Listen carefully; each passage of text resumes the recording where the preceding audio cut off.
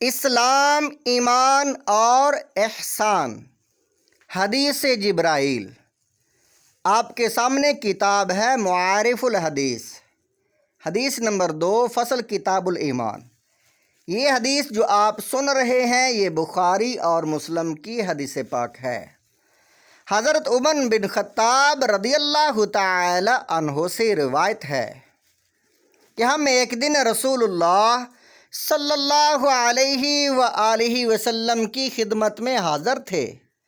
اسی حدیث کی ایک دوسری روایت سے یہ معلوم ہوتا ہے کہ اس وقت مجلس مبارک میں صحابہ کا ایک مجمع تھا اور حضرت ان سے خطاب فرما رہے تھے۔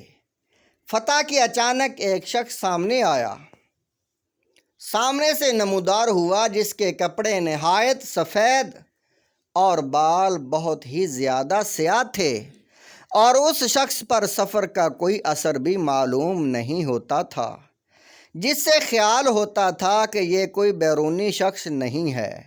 اور اسی کے ساتھ یہ بات بھی تھی کہ ہم میں سے کوئی شخص اس نوارد کو پہچانتا نہ تھا، جس سے خیال ہوتا تھا کہ یہ کوئی باہری آدمی ہے۔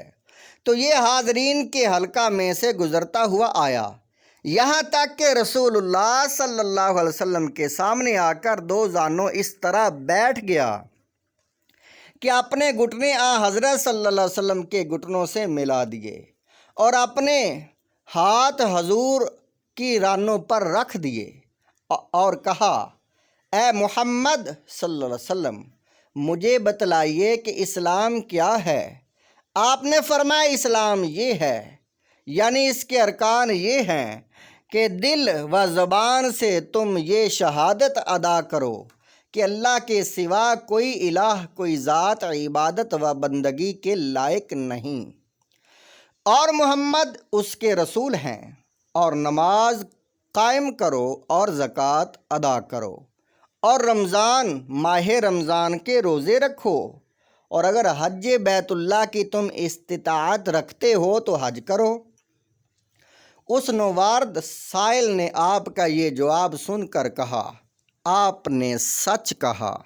راوی حدیث حضرت عمر رضی اللہ تعالیٰ عنہ کہتے ہیں کہ ہم کو اس پر تعجب ہوا کہ یہ شخص پوچھتا بھی اور پھر خود تصدیق و تصویب بھی کرتا ہے۔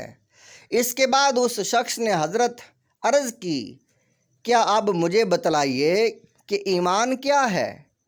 آپ نے فرمایا، ایمان یہ ہے کہ تم اللہ کی اور اس کے فرشتوں اور اس کی کتابوں اور اس کے رسولوں اور یوم آخر یعنی روز قیامت کو حق جانو اور حق مانو، اور ہر خیر و شر کی تقدیر کو بھی حق جانو اور حق مانو۔ یہ سن کر بھی اس نے کہا، آپ نے سچ کہا۔ اس کے بعد اس شخص نے عرض کیا، مجھے بتلائیے کہ احسان کیا ہے؟ آپ صلی اللہ علیہ وآلہ وسلم نے فرمایا، احسان یہ ہے کہ اللہ کی عبادت و بندگی تم اس طرح کرو گویا تم اس کو دیکھ رہے ہو، کیونکہ اگرچہ تم اس کو نہیں دیکھتے ہو پر وہ تو تم کو دیکھتا ہی ہے۔ پھر اس شخص نے عرض کیا، مجھے قیامت کی بابت بتلائیے کہ وہ کب واقع ہوگی؟ آپ نے فرمایا کہ جس سے سوال کیا جا رہا ہے وہ اس کو سوال کرنے والے سے زیادہ نہیں جانتا۔ پھر اس نے عرض کیا، تو مجھے اس کی کچھ نشانیاں ہی بتلائیے۔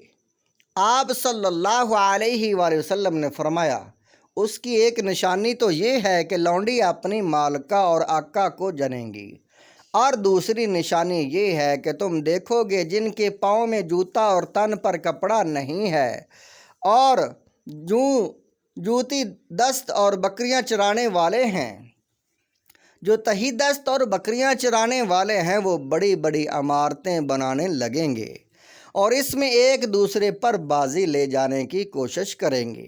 حضرت عمر رضی اللہ تعالیٰ عنہ کہتے ہیں کہ یہ باتیں کر کے یہ نووارد شخص چلا گیا۔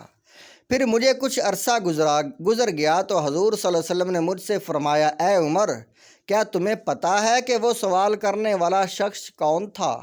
میں نے عرض کیا، اللہ اور اس کا رسول ہی زیادہ جانتے ہیں۔